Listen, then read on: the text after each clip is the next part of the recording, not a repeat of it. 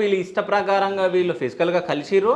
So ఆమె చెప్పడం జరిగింది రొమాన్స్లో ఈయన హీరో తోపు తురుము అని చెప్పేసి చెప్పింది. ఎవరో రాధిక చెప్పింది. అవును, రాధిక చెప్పింది అని చెప్పేసి మాధురి కూడా మాట్లాడింది కదా. లేదు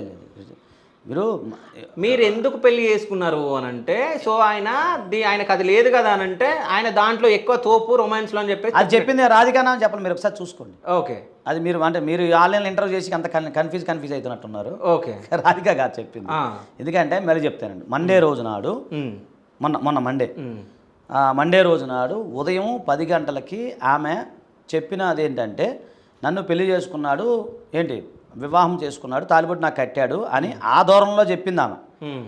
అంతవరకు అదే జరిగింది. తాలిబొట్టు ఈమె వద్దొద్దు అంటున్నాను కట్టిండా, బెదిరించి భయపెట్టి భయభ్రాంతలకు గురి చేసి బెదిరించిండు, ఎందుకు కట్టిండు?